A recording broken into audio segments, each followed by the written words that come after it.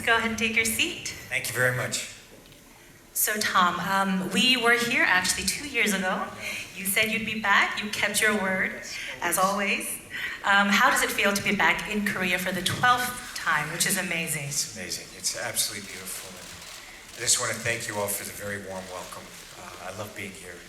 It's an extraordinary moment, to be here with this film, a film that we've been working on, between Dead Reckoning, this, and Top Gun Maverick. It's really been 7 years for Christopher McQuarrie and I, and our cast has been working on it for 5 years. So it's a great honor for me to be here. Wonderful, and it's an honor to have you back. Thank you. Now, you've said that you feel privileged to be able to entertain the audiences. Can you tell us a little bit about why that is? And also, how is the way you do it through the mission movies so special to you?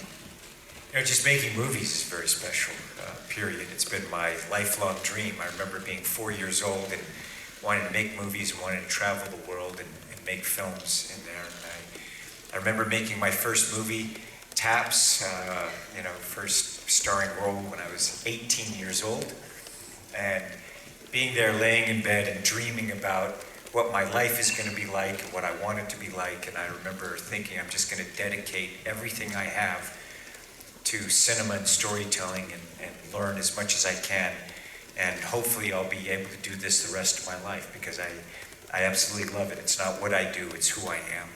So I'm very grateful. There hasn't been a day that I have not felt privileged, a day that I have not felt very grateful to be able to do what I do. And thank you for allowing me to entertain you. It is an honor. Thank you. That's wonderful, and thank you for entertaining us for so many years. And now it has all led to this. So can you please share with us a little bit more in depth about what you have learned throughout your career, and also how that has helped make this movie so impactful? I tell you, what I really dedicate myself to is becoming competent at everything that I do. So the first time I was on a movie set, I basically went and I didn't go to film school. Film school was me studying movies, looking at who did what, and then when I got onto a film set, I would just go to each department and I studied each department. And whether it was wardrobe, hair, makeup, camera, production design, and producing. And so I just started studying those movies, and then I was able to make another movie, and I studied that. And then eventually, as I started studying the studio system. And then what I do is that I'll learn a skill, and then I'll apply that skill to storytelling. So if you follow my career from Taps all the way through, you can see different abilities that I've gained. I remember Legend, I did a movie, a film where I did my first underwater sequence, and then you can see my movies. I'm saying, how can I do the underwater sequence better? So I've done many, many underwater sequences, and you can see how this has led to the final reckoning, the submarine sequence. And McHugh and I, we've been working together for 19 years now, and it's the same thing. I try to take everything that I learned from one movie and apply it to the next, and apply it to the next, and apply it to the next. And McHugh is very much the same way. So that's what we do. We try to constantly improve our storytelling ability. You see that I learned how to fly airplanes, I fly jets, I fly airplanes, I fly helicopters, I race cars and motorcycles, all kinds. If I want to sing in a movie, I'll learn how to sing, and then I apply it to the cinema or dance.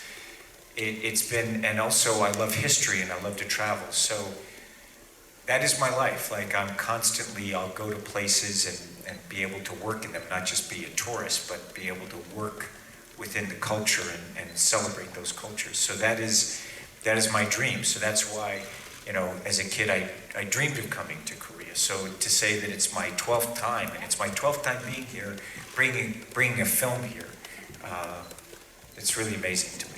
That's wonderful to hear. And speaking of those incredible action sequences, the series is known for its jaw-dropping stunts, but The Final Reckoning pushes that even further, where it's the biggest practical movie ever made. Yes. So our question to you is, why is it so important to you to always make something that's bigger and better? Well, I always hope to just make it better. McHugh and I have a thing at the end of every movie we make. I turn to him and I'm like, we can do better.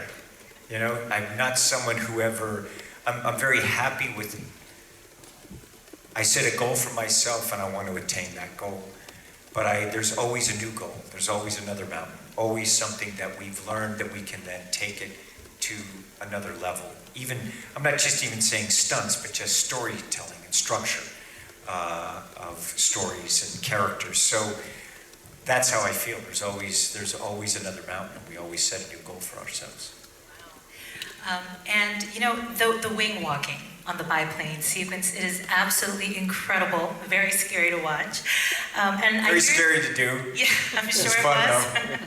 And I hear that it was actually a particular childhood dream of yours. Can you tell us a little bit more about Many that? of these things, like McHugh and I will go back and forth, and our whole relationship is kind of just stories, one story to the next. And I remember seeing wing walking when I was a little kid. And I always wanted to do that. I remember being on the airplane, the side of the airplane. I was on an airplane the first time that I flew. And when I get in an airplane, I was 6 years old, and I would think about what's it like being on the wing. You know, I'm in the plane, but my imagination's like, I wonder how long I can hang on to that wing. Right, that's actually where you want to sit. Yeah, that's where I want to be. And I remember it, you know, we did that. McHugh put me on the side of that airplane. He was joking. He was like, hey, do you want to do this on the side of the, you know, the A400? I was like, yeah, that sounds great. We did that. And then to design the sequence, because I fly airplanes and aerobatic airplanes, there's something that I always wanted to do and to figure out. But look, it took years to be able to figure it out. And we had to go back to Africa twice. It was very, very complex, physically, story-wise, developing cameras, developing the planes, developing a style of flying the aircraft. The wing walking itself was very, very intense every day. Very, very intense. I can't really describe how intense it was.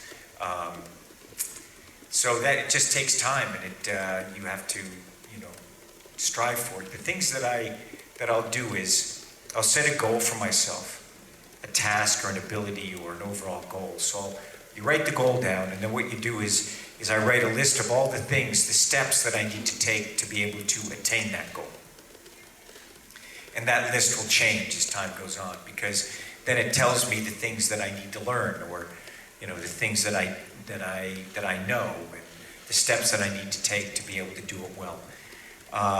And that's what it was like with this wing walking. It was very, you know, we had to pick the airplanes, and then it's not only just what airplane's going to look good.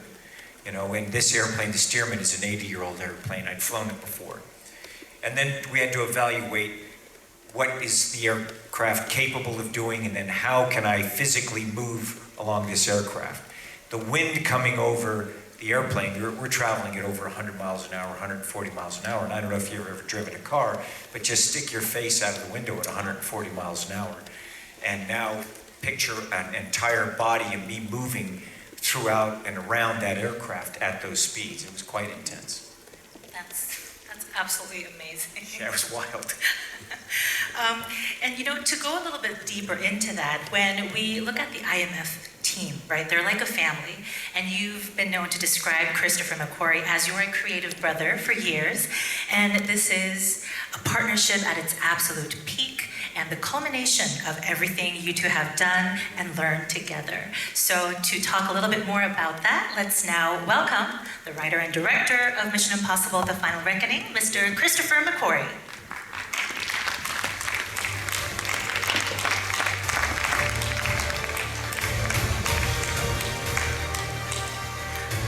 Welcome to the stage, and welcome to Korea.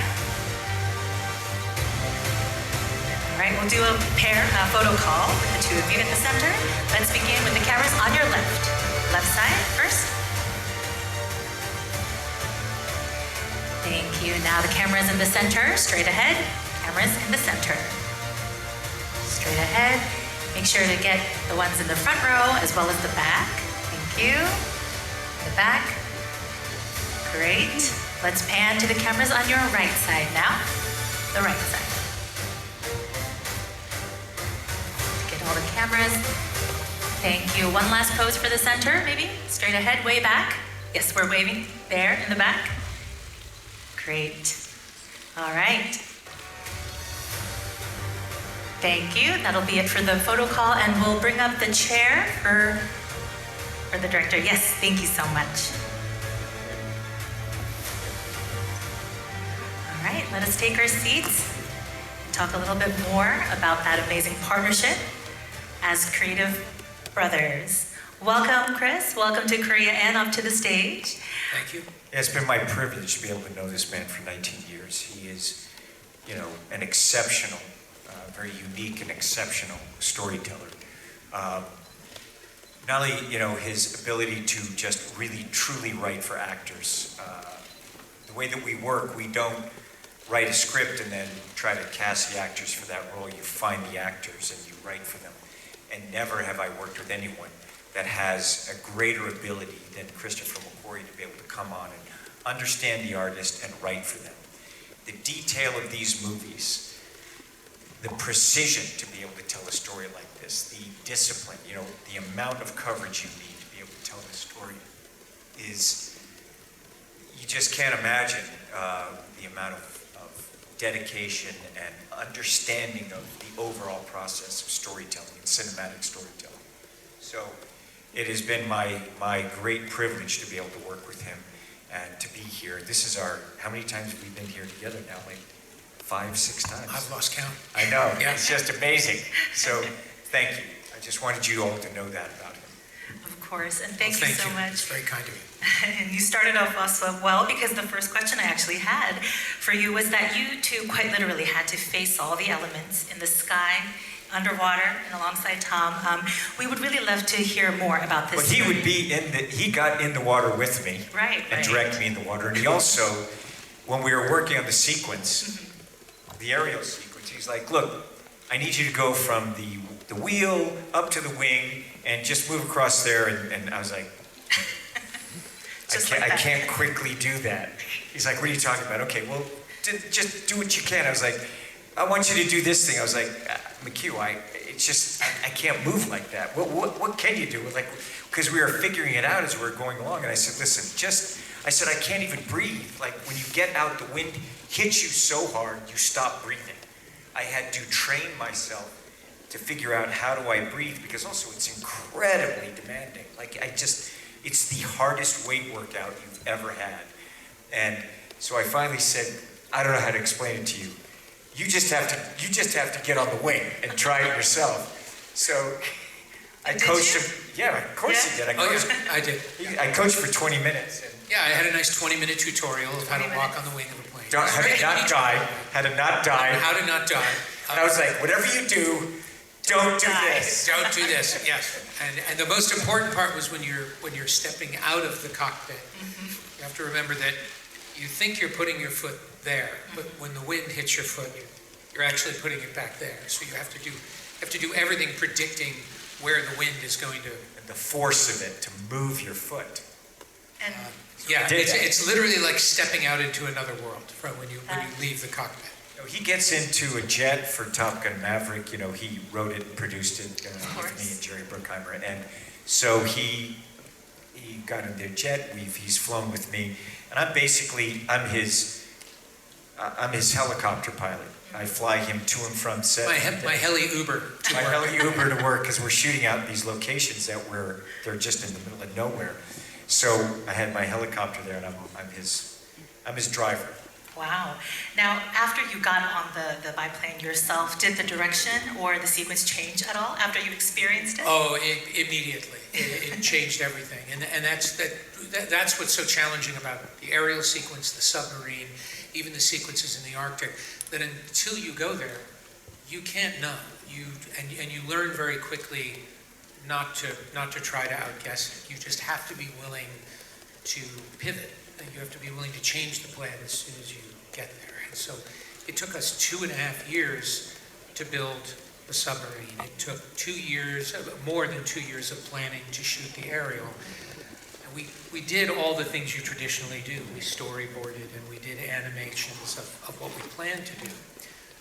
But then once you encounter the physics, absolutely none of that applies.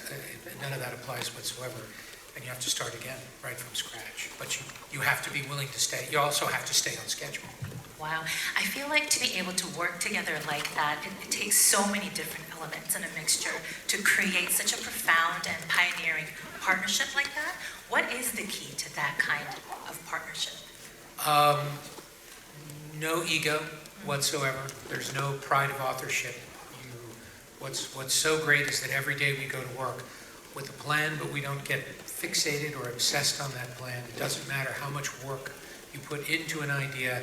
If the idea is not working, drop it, move on to the other And thing. I'm just interested, look, he's an extraordinary storyteller. And from the moment I met him, I'm just interested in what he has to say. And I have tremendous respect for him. And I think that foundation of just respect, trust, and interest and belief in him, you know, that's just the foundation of our friendship and our creative respect. And if there's something creatively that he wants to do, I'm always like, I will do it. You know, let's go there. That is the agreement. If somebody has an idea, whether you get it or not, just do it. You have to. And one of two things will happen. You'll discover something about yourself as a filmmaker, or the person whose idea it was will say, "This was a terrible idea. Thank you for trying that." That's what I like. So there's times where I'm going, I really want to try this. He's like, okay, and I try it, and I'm like, sometimes it works. And he'll take it. He'll understand what it is, and then he'll just take it to the next level. And then there's times where I'm like, thank you very much. I appreciate your patience. You're a very patient man. That is a Thank two-way you. street. There are many ideas I've had where you're also, I was like, that didn't work. I appreciate your support. Sorry about that.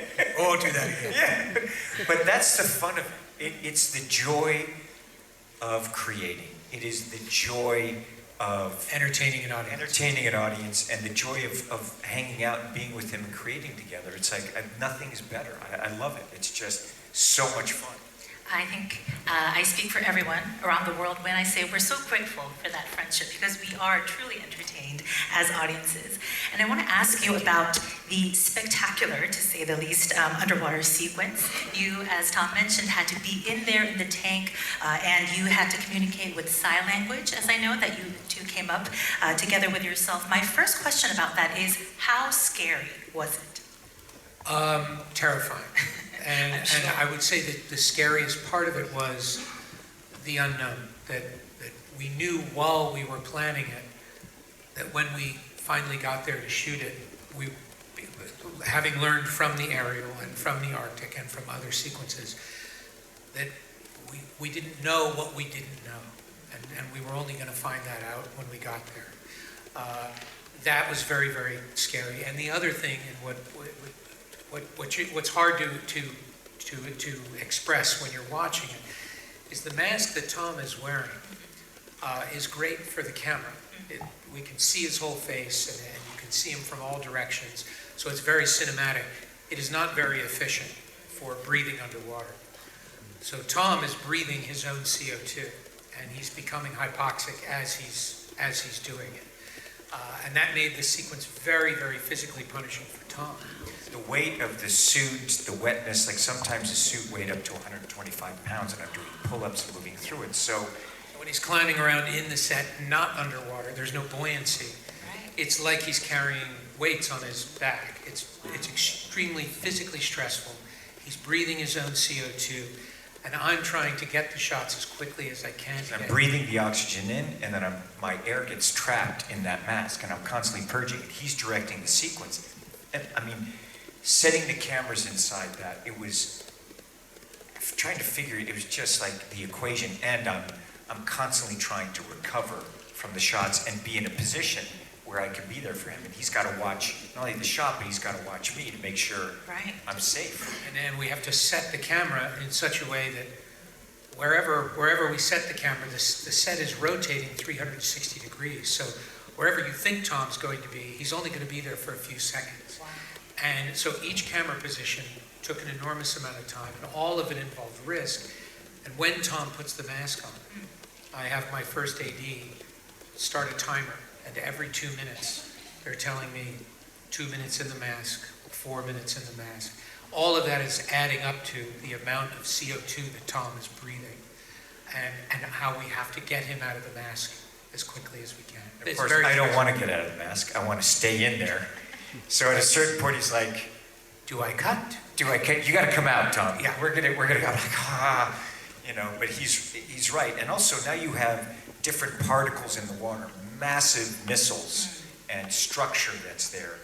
So as I'm going into it, I'm looking at the shot. He and I will go through the cameras together.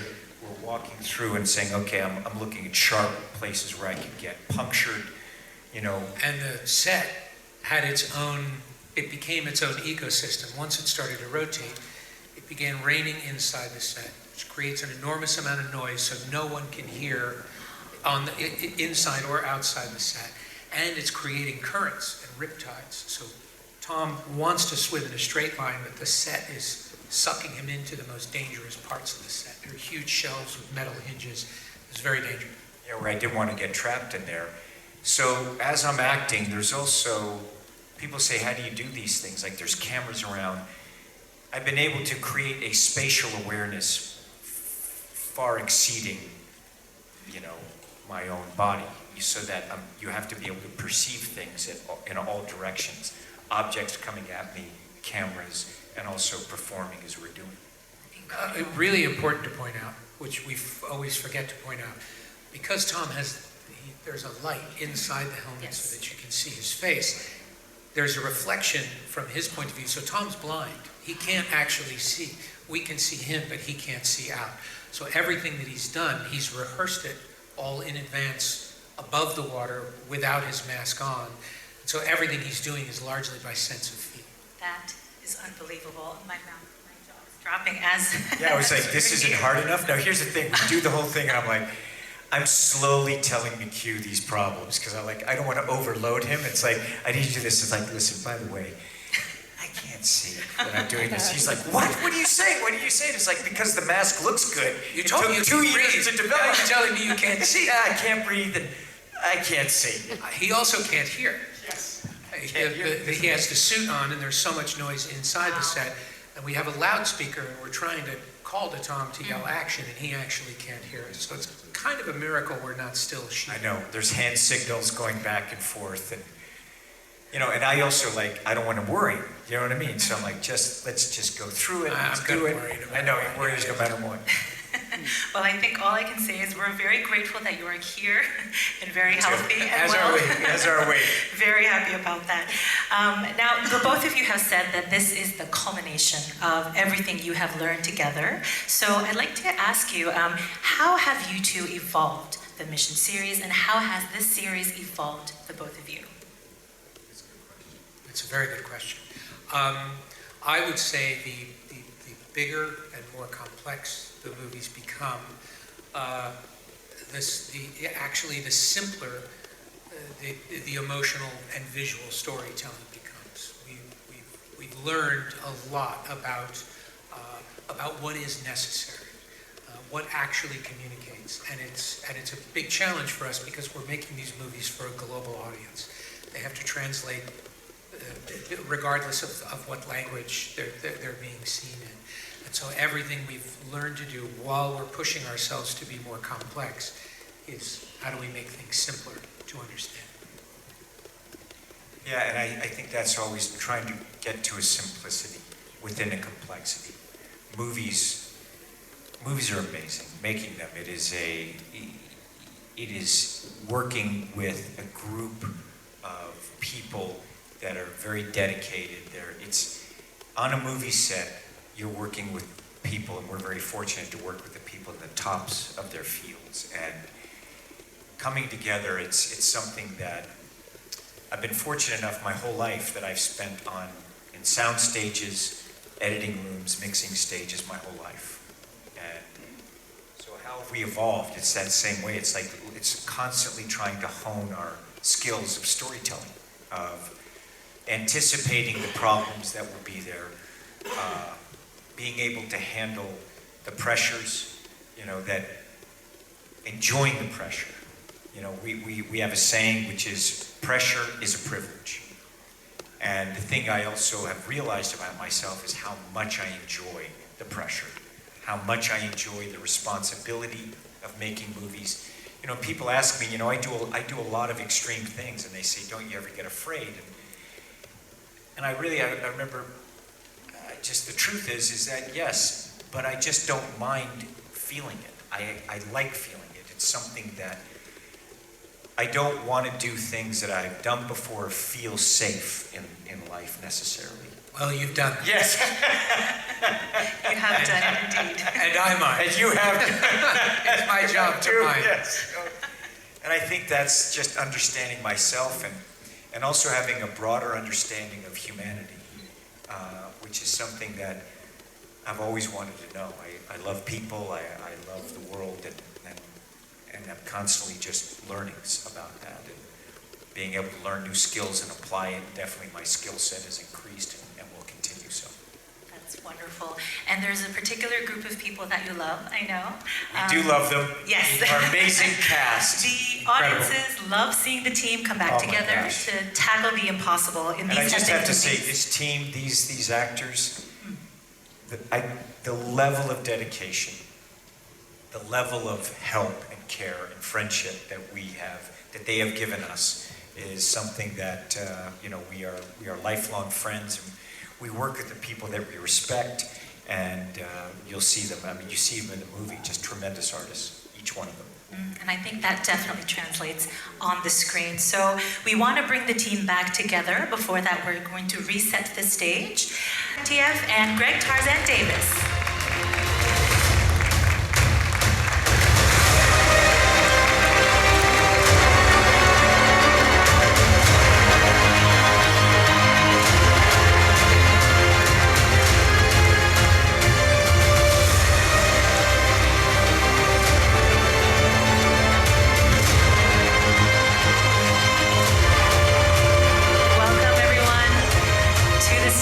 As well as, of course, to Korea. Please go ahead and take your seats. Welcome. So great to see the team reunited. We do photos. All right. Oh yes, photos will come later. All right. I always love seeing what they're going to wear. I'm always like, they have the greatest wardrobe, these guys. They do. They have such amazing style. Agreed, 100%. You all look amazing today. Yeah, they do. Thank you. I want to go Movie ahead. stars, man. Definitely. Try to be like you, Tom. Man, you're crushing it. All right, so there were so many international locations in this film, and I just want to ask with the whole group, any particular fun behind-the-scenes stories while you were all traveling together? For me, Svalbard was the most amazing location in the Arctic Circle. We were all living on an icebreaker, a ship, and we'd shoot during the day on the frozen sea, which was a phenomenal sight and an amazing thing to do. And then in the evening, we'd all sit together in the galley of the ship with all the snacks, and we'd just play poker and other games as well. Bananagrams, Yeah. shithead. I don't know if I can say that. What did you say? Shithead. Did I just say that? I don't know. I think it's okay if you swear in English. Just don't swear in Korean. But it was just a sense of just real planet Earth, you know, like somewhere that humans shouldn't be.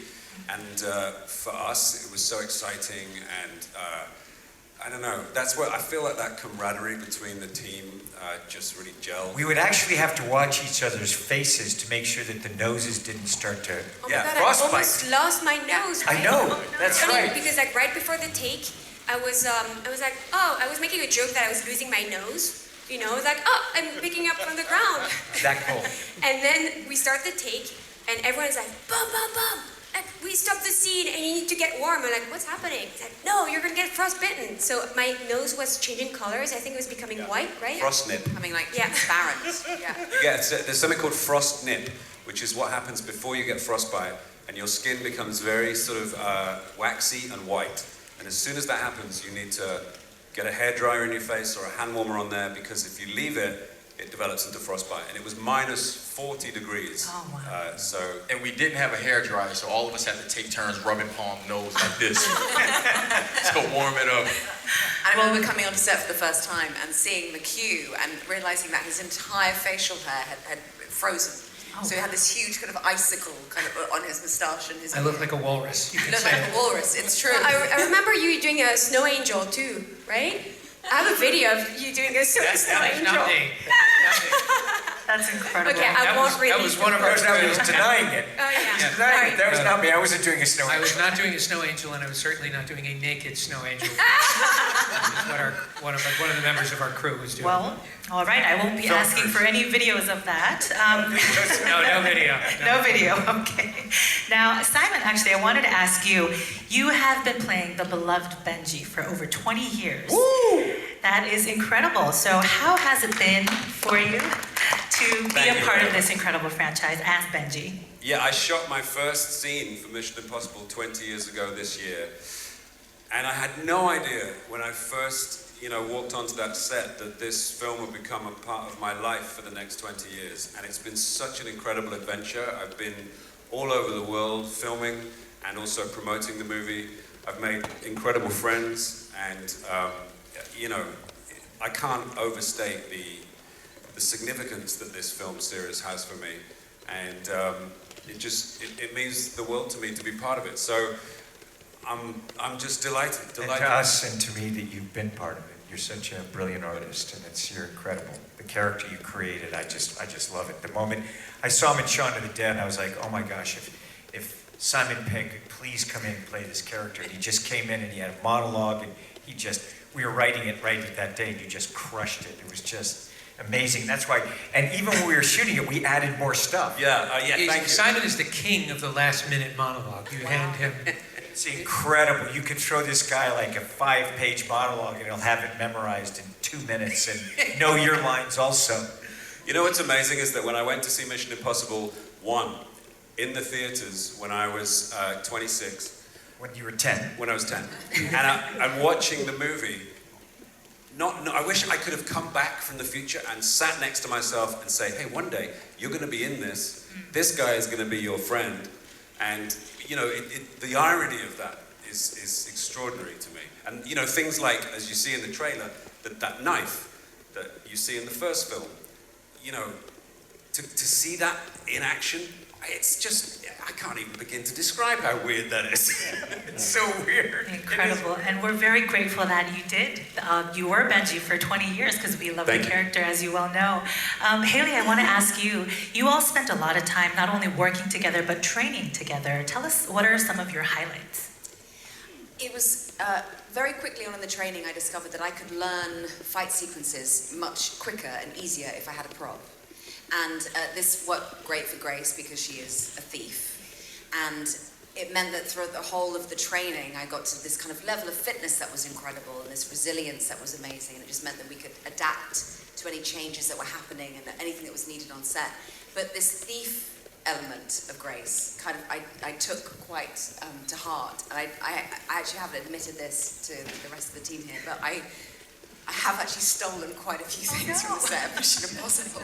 And I was trying. Method actor. I was listing them today. I've actually, and I will admit them to you now. I've stolen a key, the poison pill. Was it the key from the movie or your key to your trailer? Oh well, the key to the movie. I no longer carry a wallet whenever I'm working with Haley. I have a salt and pepper shaker from a train. I have an ashtray. Yeah, she's Has a thief in the film. She's a very good pickpocket. Should have quite a stolen long things. list. Oh, I have FOMO now. It's also this like the excitement of the memento because everything is practical. So the size of the sets are built out in such a way where you can open a drawer in the cabin and you can see the incredible amount of detail that's been put into the set design. And I took a couple of fossils as well. Did you Sorry really? about that. Were they good? No. Oh, They're in the yours. cabin. Fantastic. They're yours. The cabin. I wanted to steal some of those I know. skulls and things. Oh, they were, and I also stole quite a lot of set glass. You can have it. Thank you. It's yours. I gave them to my godchildren, who are very excited because they get to watch the screen now and an explosion of glass. I saw that on eBay. I think I'm going to have to cut in here before the list gets any longer. Tarzan, you kidding? Well, I was trying to steal you, but you kept running away. You got me already, Tarzan. Now, Palm, I want to ask you, you love big action and you also love skydiving. So I wanted to ask you, motorcycles, everything, Cars. Action, right? So was that Guns. inspired by Tom by any chance? Of course, it's like contagious, you know? you're around Tom and he's so vibrant and passionate about all these things. I saw him, in the previous movie do the jumps with the motorcycle. I was like, I want to do that. He looks so happy. I want to try. So I kept asking, can I skydive with you guys? With Tom and the stunt team. And Tom was like, no, you need to get your license. So when I wrapped the movie, he gifted me the lessons to learn how to skydive. And and we even jumped I together. flew out with you the day that you got your license. Yes. How many So jumps have fun. you To done get now? the A license is 25 jumps, and he came the last day. We did 9 jumps together, a high altitude jump, and it was amazing. And then you So flew fun. your own plane back home. Totally normal thing to do. course. And then since then I've done 233 jumps as of today. Amazing. I mean, Wow, she's that is a amazing. brilliant skydiver too. I mean, so elegant. And Just also, a natural. I have to add something. I love working on Mission Impossible because, when I'm not working, there was like breaks in between shooting. I would go back home, and then I would go skydive and would send videos to Tom, and he was like, "Yeah, that's amazing." And usually you're not allowed to do that, so. It's happened with me Please as just well. don't But post it was it. always be confident. Don't post it. Just be confident. You're definitely No. Don't be not allowed to careful. do that. You're Be not. calm. We have a saying. Don't be careful. Be confident. You're not allowed to She do is very- things that you're not allowed to do whilst you're filming, obviously, because they're dangerous, and it includes all dangerous sports. Tom bought Palm skydiving lessons. He bought me a snowboard when we were doing Ghost Protocol, because I was going snowboarding at the weekends. You're not allowed to do this, but he says it's okay, so it must be okay. We had a day off, so Tom took us shark diving. Sure, okay, we'll do that. The day In of South that. Africa. Oh, Yeah. yes. We did horse riding in the sand dunes in Abu Dhabi. Somebody couldn't stay inside the Shark Tank. It's boring. Let's go play with the sharks. Wow. No, Tom, no, we're having fun together. Let's Wait, go there. weren't you seasick too? I remember you being a little bit seasick, remember. right? I have videos too. That's right. Turning green, looking very sad.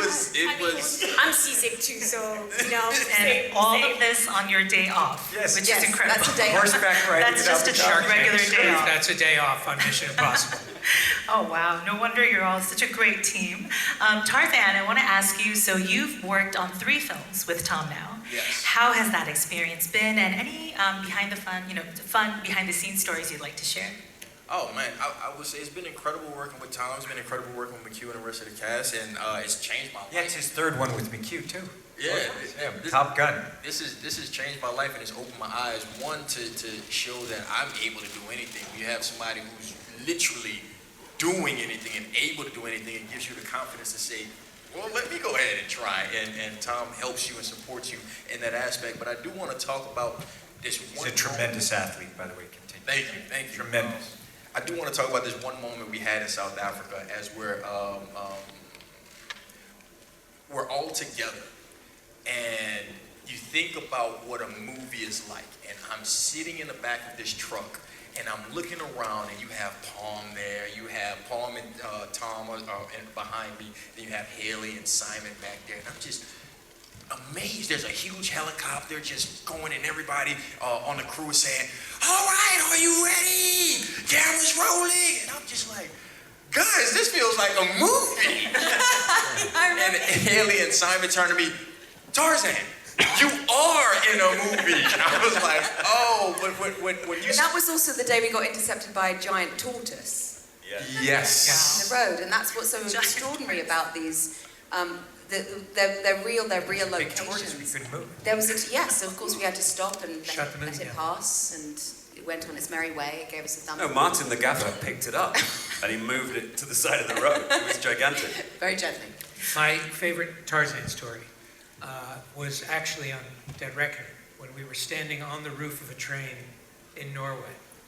And you turned to me and you said, this is my first time on a train. And I said, yeah, it's mine too. And you said, no, it's my first time in a train, let alone on a train. Yes. Tarzan I had know. never ridden a train in his life. In his life, and now the first day he's on top of the train. It's been about 2 minutes on inside, and the rest of the day. Keep in mind, this is my first day shooting on Mission, and I'm on top of a train. What?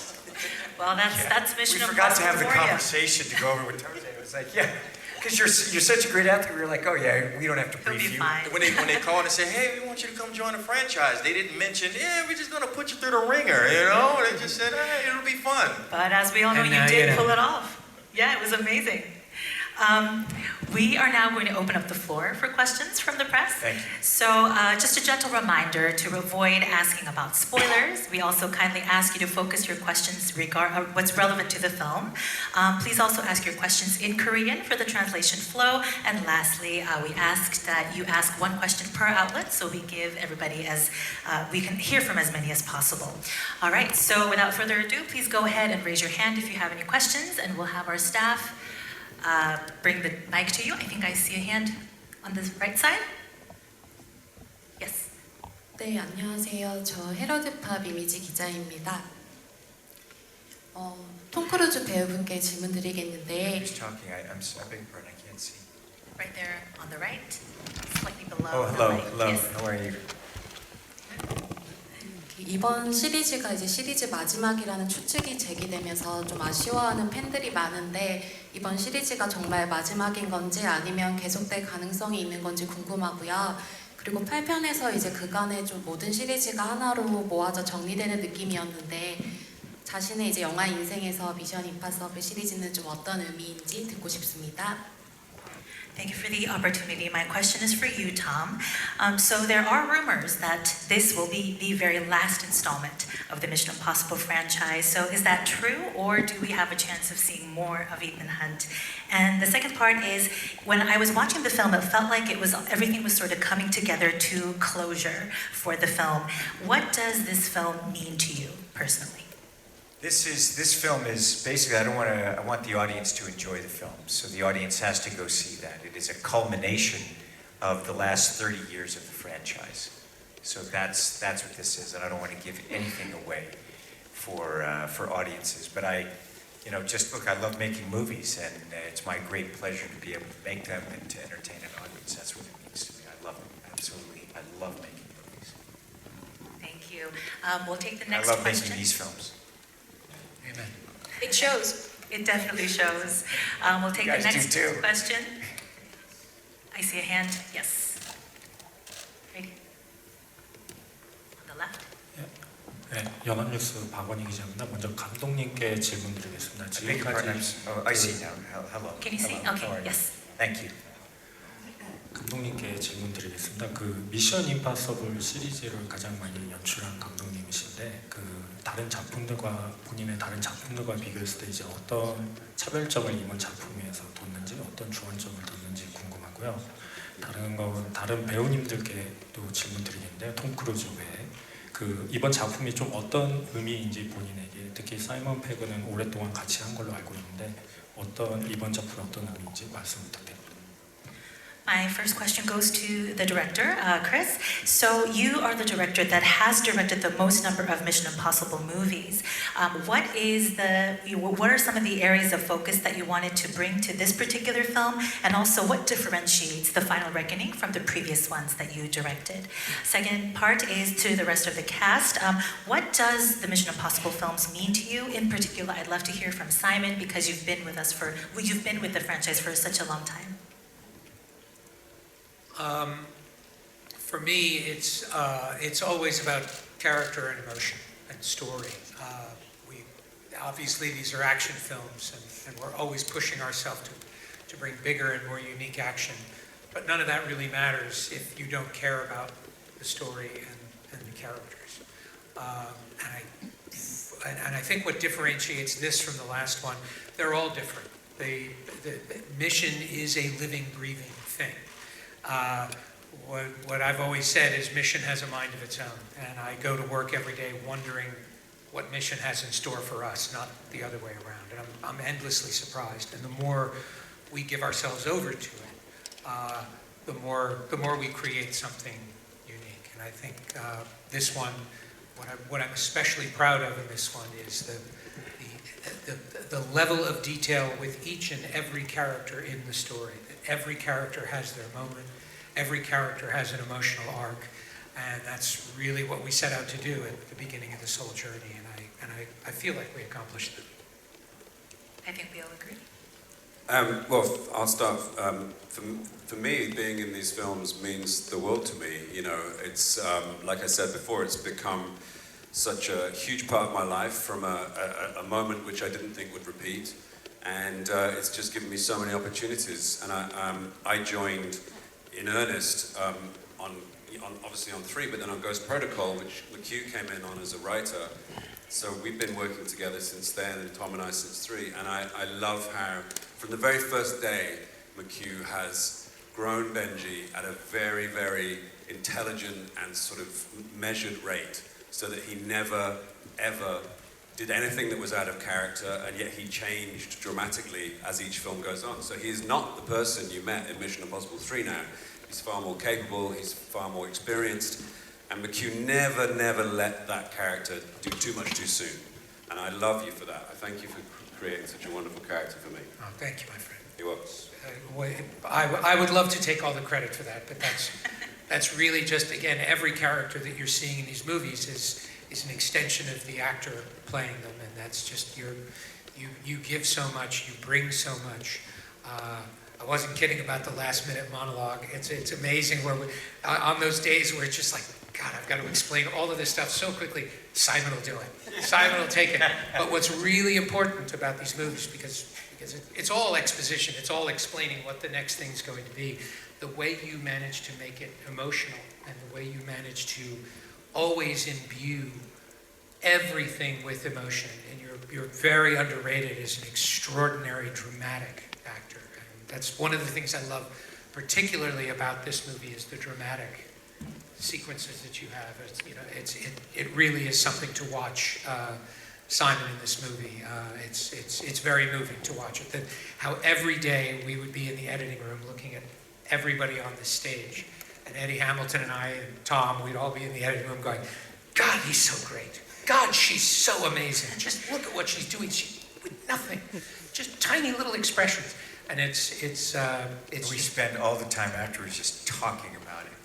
We were there just 2 hours ago talking about you guys, talking about him, and I don't want to give it away things, but it's just such a pleasure to see such talented people just crushing it. It's just, it really is, that's what we live for. That's beautiful to hear, and I think that's definitely what like all each of us... one of them has such great, tremendous charisma and tremendous ability and very unique talents, each and every one of them. That's why I like looking at the photos of all of you all together. I just want you to know. Completely agree, and I think that's exactly what the audiences are going to be saying when we watch the movie in theaters. We'll take the next question over here. Yes. 안녕하세요. 저 ETBC의 강나연 기자라고 합니다. 저는 톰 크루즈 배우께 질문 드리고 싶은데요. 지금 미션 임파서블 시리즈와 함께한 지 30년이 됐고 그 사이에 배우도 이제 30대에서 60대가 됐는데 배우로서 나이가 든다는 것이 준 어떤 새로운 매력이나 장점이 있다면 뭐라고 꼽으실 수 있는지 궁금합니다. My question goes to you, Tom. You've been with the Mission Impossible series for over 30 years, and you were a man in your 30s, and now you're in your 60s. And I want to ask you, as an actor, what does aging and having more years to your name, what kind of new charms, learning, or new insight does that bring to you as a performer? Wait, you're in your 60s? What? It's a rumor. No. He ages backwards. What are you talking What about? is an age anyway? I know Mission Impossible was the very first film that I ever produced, and as I said, I just try to constantly take whatever I learned and put it in the next one. And so, and still every single day I'm learning. Every single day, I'm learning something and setting new goals, and it just gets even more exciting. And that's what I have to say. It's just, you look at the things that we're doing now is even more challenging and more extreme, and we're pushing even harder. So it's those kinds of things, when I look at all the skills that I have attained, and I'm constantly trying to improve those skills and just apply it to storytelling, and it's really, an exceptional privilege to be able to do this. So I think it just makes everything get better and better. Next question? Can we? Oh, yes. 안녕하세요. 국민일보 임세정 기자입니다. 어제 영화 잘 봤습니다. 네, 어제 영화를 보면서 사실 톰 크루즈가 살아서 한국에 오고 이렇게 만난다는 걸 알고 있으면서도 혹시 이산 헌트가 잘못되는 건 아닌가 되게 긴장을 하면서 봤는데요. 이번 영화에서 진짜 산전, 수전, 공중전 다 있었는데 촬영하면서 솔직히 이러다 정말 잘못될 수 있겠다 아찔했던 순간이 있었는지 뭐 그 정도는 아니더라도 가장 고생을 많이 한 장면은 어떤 것이었는지 궁금하고요. 두 번째로는 아까 계속해서 목표를 세우고 그걸 달성해 나가는 걸 중요하게 여긴다고 하셨는데 사실 팬들의 용어는 이런 위험한 도전들을 하면서 아무 사고 없이 오래 사는 거라고 이제 농담 같은 진담을 얘기하는데요. 지금 시점에서 톰 크루즈의 목표는 무엇인지, 그러니까 뭐 자신의 인생에서도 좋고 아니면 커리어 면에서도 좋고 좀 목표를 말씀해 주시면 좋을 것 같습니다. My question is for you, Tom. So I really enjoyed watching the film yesterday, and while I was watching it, even though I knew that Tom was going to be here in Korea, that you made it out of everything alive and well, I couldn't help but get extremely tense, worrying about what's going to happen to Ethan Hunt. You have done, you fight in all Thank you different very much. elements, in the air, in water, everywhere. Were there a particular moments or a particular sequence where even you thought to yourself, I might not make it this time? Or if it isn't to that degree, you were really, really scared. Second part of my question is, you talked about setting a goal and you like to list the things that you want to get to it and achieve that. And the fans, all they want for you is just to see you without any accidents, live a long and happy life.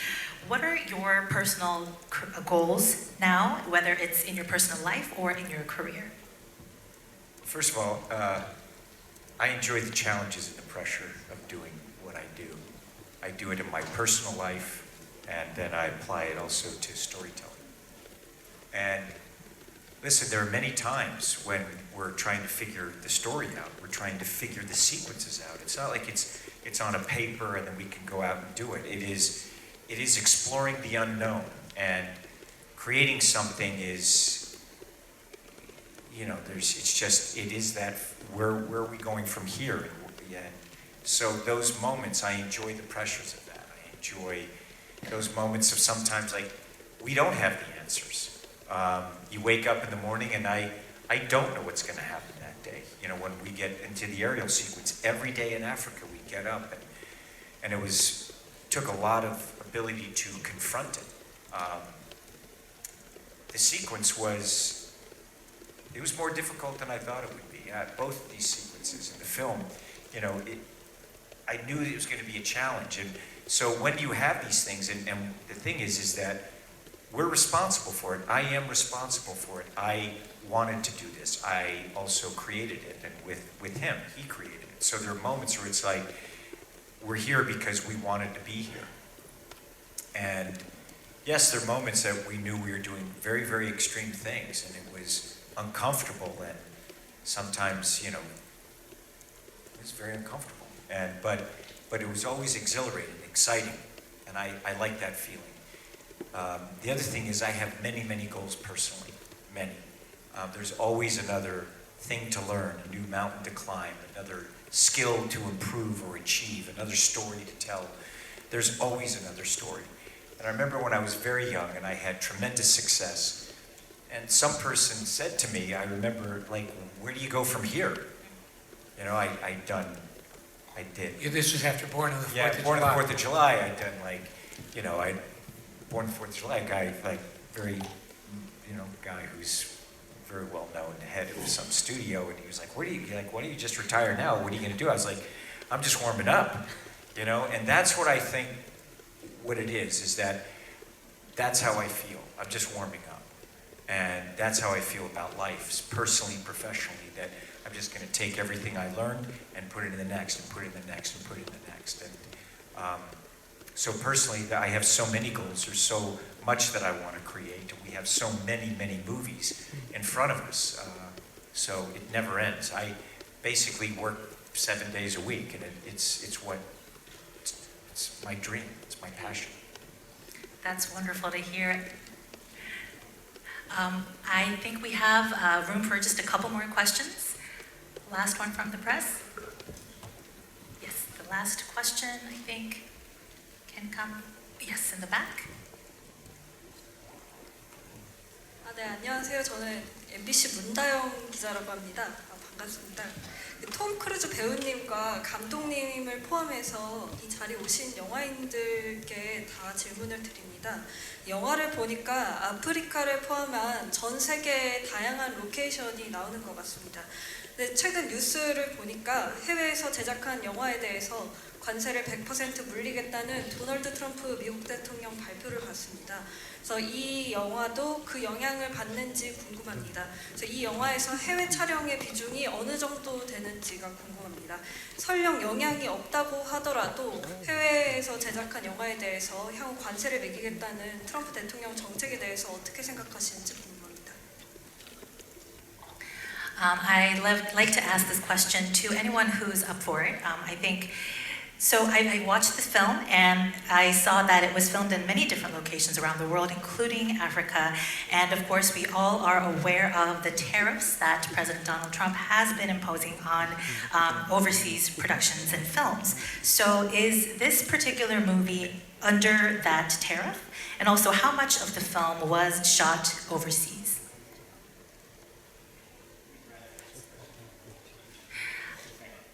I think that's a fair answer. All right. Can we move on to the next question, please? One very last, I think we have a last question coming, I think in the way back. Do you see those arrows? The penguin. In the back? I remember you from the last press tour. Hey. 안녕하세요. Oh my God. Oh, hello. I'm thanks long time no see. 제가 어제 영화를 봤는데요. 와, 정말 액션 종합 선물 세트처럼 느껴졌습니다. 이게 영화가 벌써 끝났지라고 느껴질 정도였으니까요. 특히 그 잠수함 씬이 정말 기억이 남는데요. 만약 제가 그곳에 있었더라면 이 펭귄 요원으로서 도움을 드릴 수 있었을 텐데 하는 아쉬움이 있습니다. 저번 만날 때 톰 크루즈 선배님께서 그 북극 올 생각이 있니? 라고 물어봐 주셨는데 그때 좀 멀더라도 갈 걸 그랬어요. I watched the film yesterday. I loved it. It was like a full gift package. I was surprised that it had ended so quickly. I was watching the submarine sequence and I was thinking, because I'm a penguin, I would be a really helpful agent to Ethan Hunt if I were there. So I'm sad that I wasn't. I should have said yes to you, Tom, when last time you asked me if I was willing to come to the North Pole. I should have said yes. Yes, you should have. We missed you. I'm sorry. 그럼 질문 계속 이어가도 될까요? May I ask you a question? Wonderful. 우선 톰 크루즈 선배님한테 좀 질문을 하고 싶습니다. 그 한국 오실 때 혹시 비행기 티켓을 좀 예약을 하셨나요? 그 영화 보니까 혹시 매달려서 오시지 않았을까 싶어가지고요. 그리고 그 한국에는 운칠기삼이라는 말이 있습니다. 운이 70% 그리고 노력이 30%라는 건데요. 그 에단 헌트로서 이제 미션을 수행할 때 운과 노력이 어느 정도 작용했다고 생각하시는지 궁금합니다. My first quick question to you, Tom, is did you get a plane ticket on your way to Korea? Because I feel like you probably sat on the wing of the airplane, so that's why I'm asking you. And I want to ask, in Korea there's a saying that success is a mix of 70% luck and 30% effort or skill. So as Ethan Hunt, what does that mixture look like when you were on your mission? Yeah, I definitely flew on the wing. And I think that, look, here's the thing, hard work and preparation creates luck. So you can't predict, and you have to be able to have skill. The derivation of art is skill. So the more skill you have, the greater ability you have to be able to face the confusions of life, the confusions of production, and to be able to really create through it. And that when things come that are unpredictable, unforecast, which happens in life and definitely in movies all the time, that we look at it not as a problem, and McHugh and I always go, this is an opportunity. So that's how we look at life. Can I just say, I think it's a good thing you didn't come to the North Pole because you would have been eaten by a polar bear.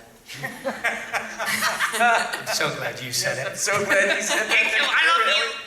Love you. 사랑해. Well, thank you, Agent Penguin, and thank you Now, due to time constraints, we are going to have to wrap up here. But before we go, I'd love to hear each of your last comments to the Korean press. And unfortunately, we're going to have to ask you to keep it quite short. Start with you, Tom. Just thank you all very much for having me. It's been extraordinary, this conference and being here. We're all looking forward to the premiere this evening, and I can't wait. So thank you all so much. I look forward to seeing you all tonight. Thank you. Thank you, Chris. It's just a pleasure to be back. We always look forward to coming back to Korea, and it's as always, we just feel very welcome. It's lovely to see all the people, and we love the culture, and we always feel so welcome here. So thank you. 감사합니다 to Korea. You know I love being here. I came on holiday here last year, so I come here when I'm not working. It's a pleasure to be here, and I can't wait for you to see the movie. We're so excited to be able to share this adventure with you. We've loved making this movie so much, and being able to be here sharing it with you in person, it makes the whole experience that much more exciting for us. Thank you so much for your hospitality and your warmth and your kindness and your ongoing support for our movie. Thank you. I'm very happy to be back, and also my mother was Korean, so you know it just makes it means a lot to me to be back here, and I can't wait for everyone to watch the movie. And the fans are wonderful, and the food is amazing too. I'm gonna stuff my face with amazing Korean food at lunch. This is my second time here, and the reception is the same, but there's a lot of love, and we poured our heart into this film. We can't wait for y'all to see it and enjoy it just like we've enjoyed it. And I really want to hug that penguin, so I plan on doing that later. That's wonderful. Thank you all so Thank much. you. Thank you. We are going to wrap the Mission Impossible Final Reckoning press conference here and move on to the final photo call. Thank you all so much. We'll have you put the mics on your seat, and you can leave the stage as we reset it for the photo call. Thank you so much.